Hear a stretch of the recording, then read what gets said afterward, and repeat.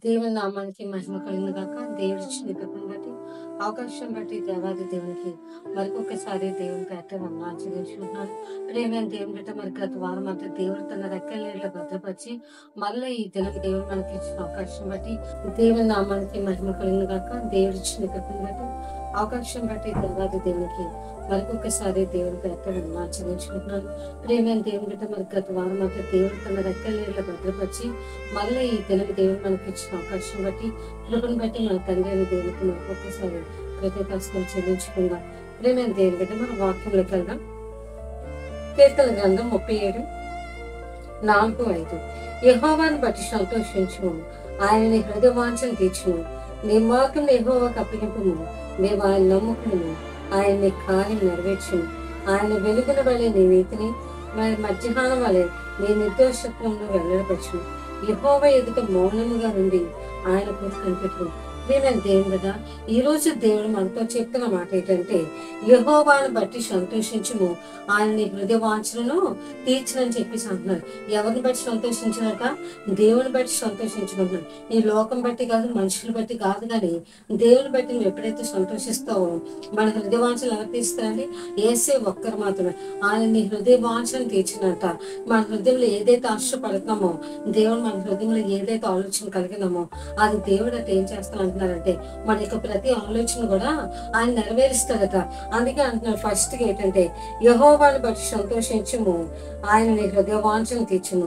రెండోది, నీ మార్గమును యెహోవాకు అప్పగింపుము, నీవు ఆయన నమ్మకం, ఆయన నీ కార్యము నెరవేర్చినట. మన మార్గాన్ని ఎవరికి అప్పగించారట? దేవునికి అప్పగించారట. నీవు ఆయన నమ్మకం, ఆయన నీ కార్యము నెరవేర్చినట. ప్రేమ దేవుని బిడ్డ, ఫస్ట్ అట మనం ఏం చేయాలి? యెహోవాను బట్టి సంతోషించినట్టు, ఆయన హృదయ వాంఛను తీర్చినట్టు. నీ మార్గమును యెహోవాకు అప్పగింపుము. అప్పుడు ఏమంటున్నారంటే, నీవు ఆయన నమ్ముకుని ఆయన నీ కార్యం నెరవేర్చినట్ట. ఎవరిని నమ్ముకోనండి? అందుకే యేసే చెప్తున్నారు కదా, 146 అంటారు కదా, రాజును నమ్ముకున్నట్టు కంటే యెహోవాను ఆశ్రయించుట మేలట. మనం ఎవరిని నమ్ముకోనండి? మనుషుల మీద ఆధారపడి కదా, దేవుడి మీద ఆధారపడినప్పుడు దేవుడిని ప్రతి బాధ కానీ నీ యొక్క జీవితంలో కార్యం జరిగించాలంటే నువ్వు ఎవరి మీద డిపెండ్ అవ్వాలి? You depend on God. దేవుడి మీద ఎప్పుడైతే నువ్వు డిపెండ్ అవుతావో దేవుడు నీ జీవితంలో అయితే కార్యం జరిగించగలరు. Nothing is too difficult for everything possible to our God. మన దేవునికి సమస్తము కూడా సాధ్యం. ఎప్పుడైనా దేవుని బిడ్డ, దేవుడు మన జీవితంలో కార్యం జరిగించాలంటే ఫస్ట్ గా నువ్వు ఏం చేయాలంటే ఆయన బట్టి సంతోషించాలట. దేవుడు నా జీవితంలో ఏం కార్యం జరిగిస్తారులే, ఎప్పుడు నా జీవితంలో ఏం చేస్తారులే అని చెప్పేసి నువ్వు ఆయన బట్టి సంతోషించకుండా ఈ లోకంలో నువ్వు ఎక్కడికి తిరిగినా సరే నీకు ఆనందం కానీ సంతోషం కానీ రాదు. కానీ ఎవరిని బట్టి నువ్వు ఆనందించాలట? దేవుని బట్టి ఆనందించాలట. ఆయన బట్టి నువ్వు ఎప్పుడైతే సంతోషిస్తావట ఆయన నీ హృదయ వాంఛను తీరుస్తారట. ఇంకోటి ఏంటంటే, రెండో మాట ఏం చెప్తున్నా, నీ మార్గంను యెహోవాకు అప్పగింపు, ఆయన నీ కార్యమట నెరవేరుస్తారట. ఆయన మన జీవితంలో ఏం చేస్తారట? కార్యం నెరవేరుస్తారట. ఎప్పుడట? మన మార్గం నీవు ఆయన నమ్ముకును, ఆయన నీ కార్యం ఏం చేయాలంటున్నారు? మన మార్గాన్ని అప్పగించాలట. ఇంకోటి ఏమంటున్నారు? ఆయన నమ్ముకోలేట. మూడోది ఏంటంటే, ఆయన నీ కార్యం నెరవేరుస్తారట. నీ కార్యం అంటే ఏంటి? ప్రభా నీ మీద నేను ఆధారపడుతున్నాను. అందుకేసే చెప్తారు కదా, నమ్ముట నీ వల్ల అయితే నమ్మవానికి సమస్తం కూడా సాధ్యం. ప్రభా నా జీవితంలో కార్యం జరుగుతుందా? ప్రభా నా జీవితంలో పరిస్థితి అవుతుందా? ప్రభా నా జీవితంలో ఇది జరుగుతుందా లేకపోతే అవుతుందా అవ్వదని కాదు, కానీ దేవుని మీద మనం సంపూర్ణంగా ఆధారపడాలట. ఆధారపడినప్పుడు దేవుడు ఏం చేస్తారట? నీ జీవితంలో గొప్ప కార్యం జరిగిస్తాను అంటున్నారు. ఆయన బట్టి నువ్వు సంతోషించాలి. ప్రభా నువ్వు నా గొప్ప దేవుడు అయ్యా, నీకన్నా నన్ను ఎవరు ప్రేమిస్తారు ప్రభా? నువ్వు తప్ప ఈ లోకంలో మాకు ఎవరు జరిగిస్తారయ్యా. అందుకే దావీదు భక్తుడు అంటారు కదా, అనేక మంది మీరు చెప్తున్నారు కదా, ఆకాశం ఉంది నీ తప్ప నాకెవరన్నారు ప్రభా? మనం ఎవరి మీద ఆధారపడాలి? దేవుని మీద ఆధారపడినప్పుడు దేవుని నీ జీవితంలో ఏం చేస్తా అంటున్నారు? కార్యం జరిగిస్తారట. దాన్ని ఏం చేయాలి? యెహోవాను బట్టి సంతోషించాలట. నీ హృదయ వాంఛ ఏదైతే ఉందో, నువ్వేదైతే దేవుని సన్నిధిలో మాట్లాడుతున్నావో, నువ్వేదైతే దేవుని సన్నిధిలో అడుగుతున్నావో ఆయన నీ హృదయ వాంఛ. హృదయ వాంఛ అంటే మన హృదయ వాంఛ ఎవరు తీరుస్తారండి? ఎవరి లోకంలో మనుషులు ఎవరు తీర్చలేరు. నీ భర్త తీరకపోవచ్చు, లేకపోతే నీ కుమారులు నీ కుమార్తె ఎవరు నీ హృదయ వాంఛను తీర్చకపోవచ్చు, కానీ జీవము కానీ తండ్రి అయితే అంటున్నారు, నేను నీ హృదయ వాంఛను తీరుస్తాను అంటున్నాడు. ఇంకో మాట ఏంటంటే మార్గం ఎవరికి అప్పగించాలట? ఆయనకు అప్పగించాలట. ఇంకా ఏం చేయమంటున్నాడు? ఆయన నమ్ముకోవాలట. ఆయన నమ్ముకునేటప్పుడు ఆయన ఈ కార్యం ఏం చేస్తాడు? జరిగిస్తాడట. జరిగించడం అంటే మనం ఏం చేయాలి? దేవుడి సన్నిధిలో అనుకుంటాలని నమ్మకంగా ఉండాలి. నమ్మకంగా ఎప్పుడైతే ఉంటావో దేవుడిని ఏదైతే ఆయన సన్నిధిలో అబ్రహాం అనుకున్నాడని దేవుని సన్నిధిలో నమ్మకంగా ఉన్నాడు. మోసే తన ఇల్లు అంతట్లో నమ్మకంగా ఉన్నాడంటే దేవుడు ఏ పని అయితే చెప్పారో ఆ పనిలో దేవుడి సన్నిధిలో అనుకున్నాడని నమ్మకంగా ఉన్నాడు. ప్రేమ దేవుని బిడ్డ, ఈ రోజు నువ్వైనా సరే నేనైనా సరే దేవుడి సన్నిధిలో ఏం చేయాలంటే ప్రభా నిజమే నా జీవితంలో కార్యం చేస్తావు. నీ జాబ్ రాలేదని చింతిస్తున్నావా? వివాహం కాలేదని చింతిస్తున్నావా? లేకపోతే ఏ విషయంలో ఫైనాన్స్గా కానీ లేకపోతే ఏ విషయంలో అయినా సరే ఈ రోజు ఎగ్జామ్స్ రాష్ట్రంలో ఎవరైనా సరే లేకపోతే ఏ పరిస్థితుల్లోనైనా సరే ఏసీ ఒకటే చెప్తున్నాను, నువ్వు ఆయన్ని ఆయన బట్టి సంతోషించాలట. అయ్యా నువ్వు జరిగిస్తావు ప్రభా. మీరు చూడండి, మన పిల్లలు మన కోసం మా మమ్మీ ఏదైనా చేయగలదు. ఎప్పుడైతే నమ్మకం మన పిల్లలకి మన మీద వచ్చిందో, కొంతమంది పేరెంట్స్ ఉంటారు మా డాడీ ఏం చేయరా, ఆ నమ్మకమే నాకు లేదంటారు. ఎందుకు? తండ్రి జరిగించారు. కానీ మనం ఎవరి మీద అనుకోవాలి? దేవుడి మీద అనుకునేటప్పుడు దేవుడు నీ జీవితం అయితే ఏం చేస్తున్నా అంటున్నారు? కార్యం జరిగిస్తున్నా అంటున్నారు. అందుకే నువ్వేం చేయాలట? ఆయన బట్టి సంతోషించాలి. ఆయన కార్యము నెరవేరుస్తా అంటున్నారు. ఆయన ఎదుటి ఇంకోటి ఏం చేయమంటున్నాడంటే నువ్వు ఆయన నమ్ముకుని ఆయన కార్యం ఆయన వెలుగుల వల్ల నీ నీతిని మధ్యాహ్నం వల్ల నీ నిర్దోషత్వము వెల్లడిపరిచినట. నిన్ను ఎవరైనా బాధపరుస్తున్నారేమో, నిన్ను ఎవరైనా దుఃఖపెడుతున్నారేమో ఆయన అంటున్నాడు వెలుగుల వల్ల నీ నీతిని. చాలా మంది నిన్ను అనొచ్చు, లేకపోతే ఏంటి నువ్వేం పెద్ద నీతిమంతుడివా, నువ్వేం పెద్ద గొప్పదానివా, నువ్వేం పెద్ద గొప్పవాడివా, లేకపోతే నువ్వేంటి పెద్ద ఇదా దైవభక్తి ఆయన అందుకే అంటున్నాడు మధ్యాహ్నం వల్ల నీ నీతిని. ఏమంటున్నాడు ఆయన? ఇంకేమంటున్నాడు? ఆయన వెలుగుల వల్ల నీ నీతిని మధ్యాహ్నం వల్లే నీ నిర్దోషత్వం వెల్లడిపరిచినట. ఆ నీతిలో మౌనముగా ఉంది ఆయన కొరకు కనిపెట్టుకోరట. ప్రభా నన్ను ఇలాగ అంటున్నారు, ప్రభా నన్ను ఇలా చేస్తున్నారు ప్రభా అంటే ఎవరు ఎదుట మౌనంగా ఉండాలట? దేవుని ఎదుట మౌనంగా ఉండదట.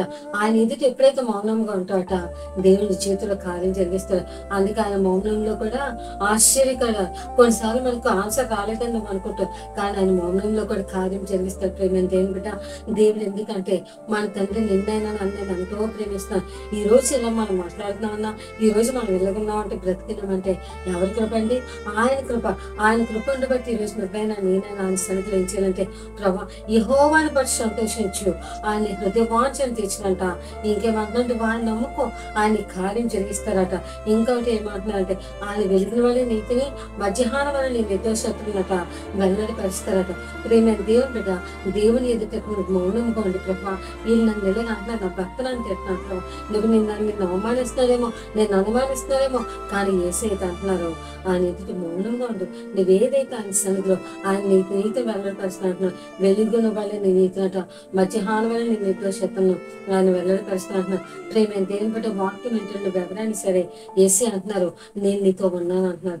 ఆయన ఏమంటున్నారు? నీ హృదయవాంఛ తీరుస్తాను. నువ్వు ఏ విషయంలో ప్రభా నాకు జాబ్ లేదు ప్రభా, అయ్యా నా పరిస్థితి ఎలాగుంది అంటే ఒకటే, నీ హృదయవాంఛ ఈ లోకంలో అభివృద్ధి తెచ్చుకోవచ్చు, కానీ నీ హృదయవాంఛ ఎవరు తీరుస్తారంట? ఏసీ ఒక్కరు మాత్రమే. కీర్తన 107 ఉంది, ఏడేళ్ళుగా ఆయన ఆశగల ప్రాణంలో తృప్తిపరిచినాడట. ఆయన ఆశగల ప్రాణాన్ని ఏం చేస్తాడట? తృప్తిపరుస్తాడట. తృప్తి అంటే ఏంటి? ఈ రోజు ఏదో నీకు ఏదో చేయాలని ఉంది, ఈ రోజు నీకు ఏదో చేయవా అంటే ప్రభు పని అయితే ఎంత బాగుందంటే అది ఎవరు చేస్తారండి? నీ పట్ల కార్యం జరిగించేది యేసు ఒక్కరు మాత్రమే.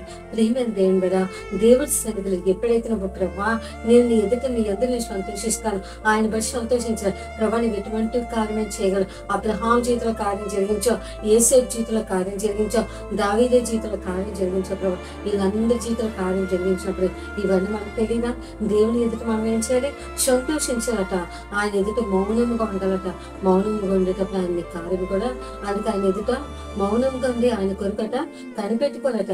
ఏంటి ప్రభు ఇంకా నా ప్రార్థన జవాబు రాలేదు, ఇంకా ఎంత నేను చేస్తాను నా ప్రార్థనకి, ఎన్నిసార్లు చర్చికి వెళ్తున్నాం, ఎంత నేను చేస్తున్నాం, ఆయన నా జీవితంలో ఏ కార్యం కూడా జరగట్లేదు నువ్వు అనుకుంటున్నావు. కానీ యేసయ్య అంటున్నారు ఒక్కటి ఏమంటున్నారంటే ఆయన సన్నిధిలో నువ్వు ఎప్పుడైతే మోకరిస్తావో, ఆయన సన్నిధిలో నువ్వు ఎప్పుడైతే ఉంటావో దేవుడు ఒకటే చెప్తున్నారు. ప్రేమ దేవుని బిడ్డ, దేవుడి జీవితంలో అయితే కార్యం జరిగిస్తున్నా యెహోవాను బట్టి ఫస్ట్ ఏం చేయాలి?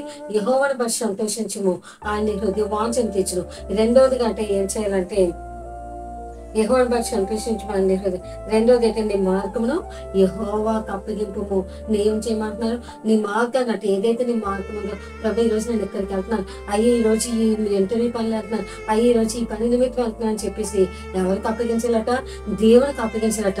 అయ్యా నా జీవితంలో ఈ కార్యం జరిగించు ప్రభా, నేను ఈ పని నిమిత్తం వెళ్తున్నాను, ఈ జాబ్ పర్పస్ మీద వెళ్తున్నాను, వివాహ విషయంలో వెళ్తున్నాను ప్రభా, నా మార్గాన్ని నీకు అప్పగిస్తాను.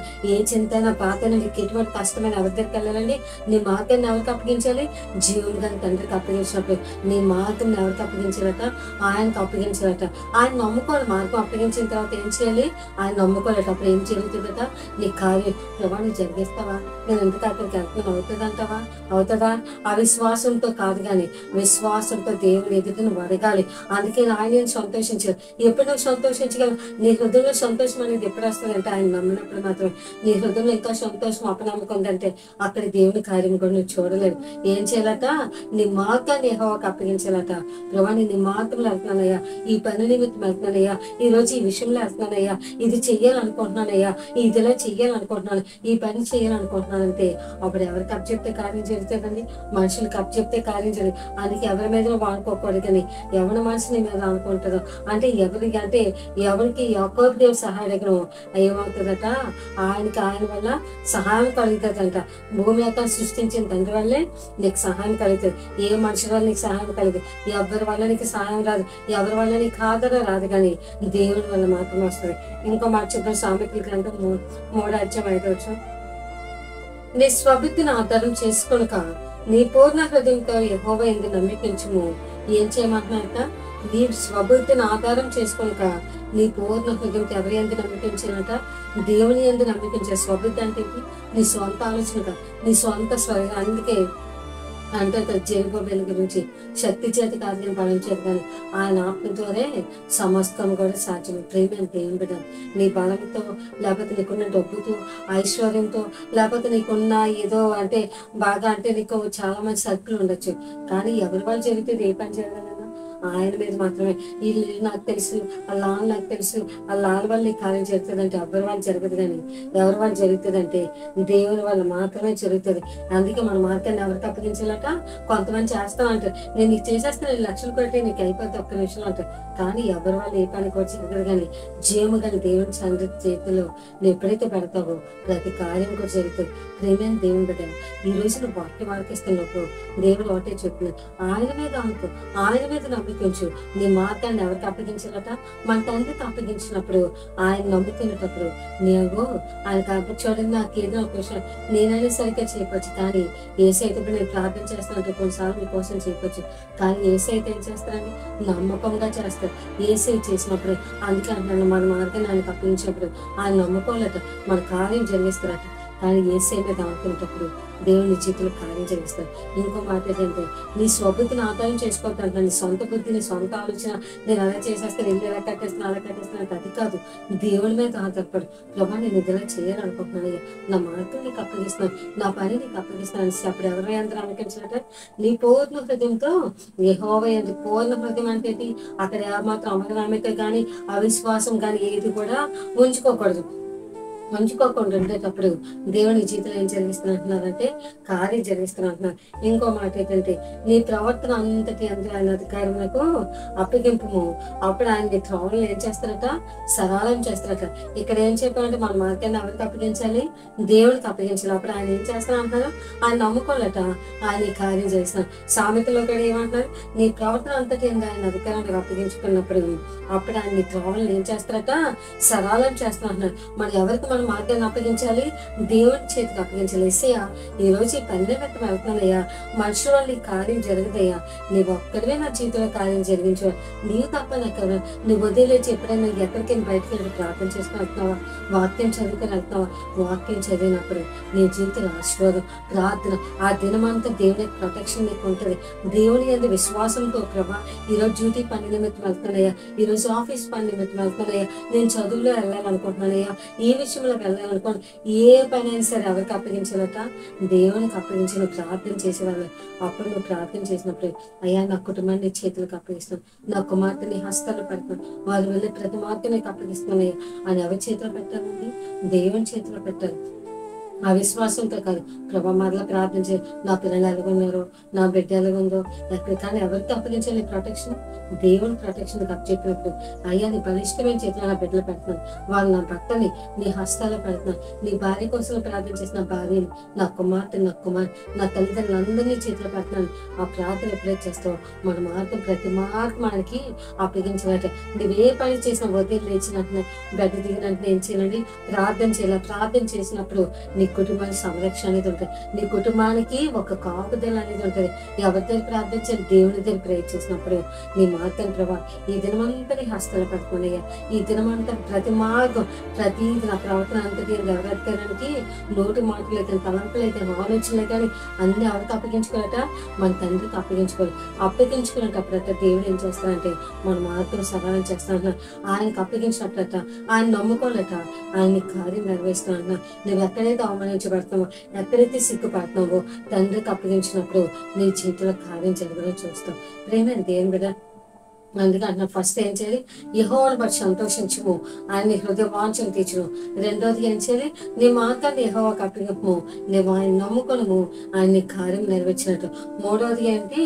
ఆయన వెలుగున వాడిని నీ నీతిని, మధ్యాహ్నం వాడిని నీ నిర్దోషత్వనట వెల్లడి పరిస్తారట. నాలుగోది ఏంటంటే యెహోవా ఎదుట మౌనముగా నుండి ఆయన కొరకు కనిపెట్టుకో అని చెప్పేసి అంటున్నారు. ఎవరు ఎదుట మౌనంగా ఉండాలండి? దేవుని ఎదుట మౌనంగా. ప్రభా నా మార్గం అప్పగించాను కదా ప్రభా, ఇంకా కార్యం జరగలేదు ప్రభా, ఇంకా అవ్వలేదు ప్రభా అంటే దేవుని కాదు. దేవునికి అప్పగించినప్పుడు అది ఎప్పటికైనా కార్యం జరుగుతుంది. అబ్రహాముకి దేవుడు ఒకటే వాగ్దానం ఇచ్చారు, ఆయన మార్గం అప్పగించారు. అందుకే తను ఏం చేశారంటే విశ్వాసం తండ్రిగా అయిపోయాడు. ప్రేమ దేవుని బిడ్డ. ఇంకో మాట ఏంటంటే నీ స్వబుద్ధిని ఆధారం చేసుకోవద్దు అంటున్నారు. ఎవరి మీద ఆధారపడినట? పూర్ణ హృదయంతో ఎవరి మీద నమ్మకించినట? దేవుని యేసయ్యను నమ్మకించాలి. ఇంకో మాట ఏంటంటే నీ ప్రవర్తన అంతటి ఏంది ఆయన అధికారానికి అప్పగించినప్పుడు ఆయన త్రోవలు ఏం చేస్తారట? సరళం చేస్తారంటున్నారు. ప్రేమ దేవుని బిడ్డ. వాడు ఎగ్జామ్స్ రాస్తున్నాము, ఇంటర్ కానీ డిగ్రీ కానీ ఏదైనా సరే ఒక జాబ్ పర్పస్ మీద వెళ్తున్నాము, కానీ మార్గం అంతా ఎవరికి అప్పగించాలంటే దేవునికి అప్పగించు. ప్రభు ఇంటర్వ్యూ నిమిత్తం వెళ్తున్నాయి, ఈ విషయంలో నేను వెళ్తాను ప్రభు అని చెప్పేసి ఎవరికి అప్పగించినట్ట? జీవము గల తండ్రికి నువ్వు అప్పగించినప్పుడు దేవుని చేతిలో గొప్ప కార్యం జరిగిస్తారు. నేను నీ స్వబుద్ధిని ఆధారం చేసుకోదు, నీ సొంత ఆలోచన చేసుకోదు. చాలా మంది ఏం చేస్తారంటే నేను సొంతంగా ఆలోచించుకోండి ఈరోజు ఈ ప్లాన్ చేద్దాం అనుకుంటే మన ఆలోచనలు అన్నీ అర్థమైపోతాయి. దేవుని ఆలోచన ఒకటే నిల్చుంటుంది. అందుకే మన స్వబుద్ధిని ఆధారం చేసుకోకూడదట. నీ ప్రవర్తన అంతటి ఎవరి అధికారానికి అప్పగించుకొని ఏసే అధికారం. నీ యవనస్తులు అవ్వచ్చు, యవనులు అవ్వచ్చు, నీ ప్రవర్తన అంతటి ఎవరికి అధికారాన్ని అప్పచెప్పుకొని దేవుని అధికారానికి అప్పచెప్పుకోవాలి. ప్రభు నేను కాలేజ్కి వెళ్తాను, అయ్యి ఇలాగ వెళ్తున్నాను, ఉద్యోగాలు ప్రభు ఇక్కడ నాకు ఇలాగ ప్రాబ్లం ఉంది, అదంతా ఎవరితో అప్పచెప్పుకోవాలి కదా?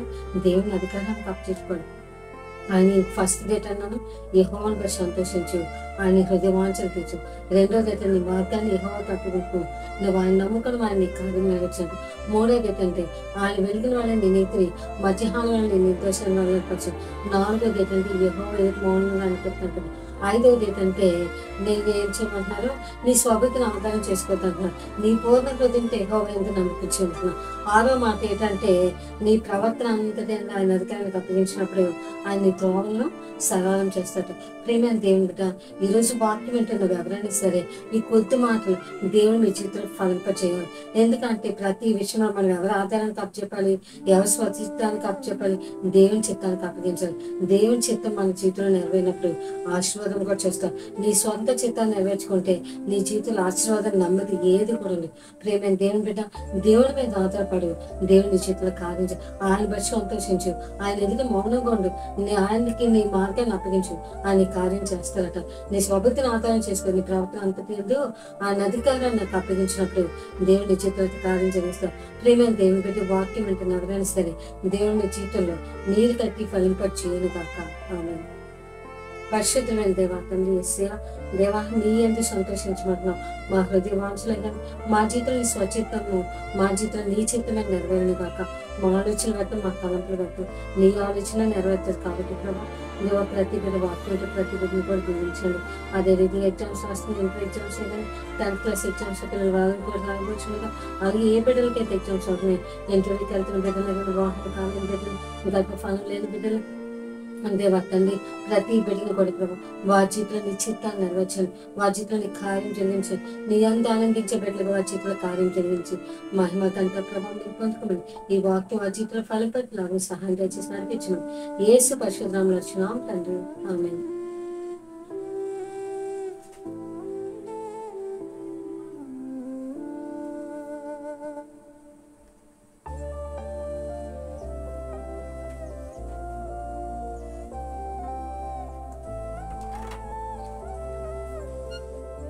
లక్ష్మా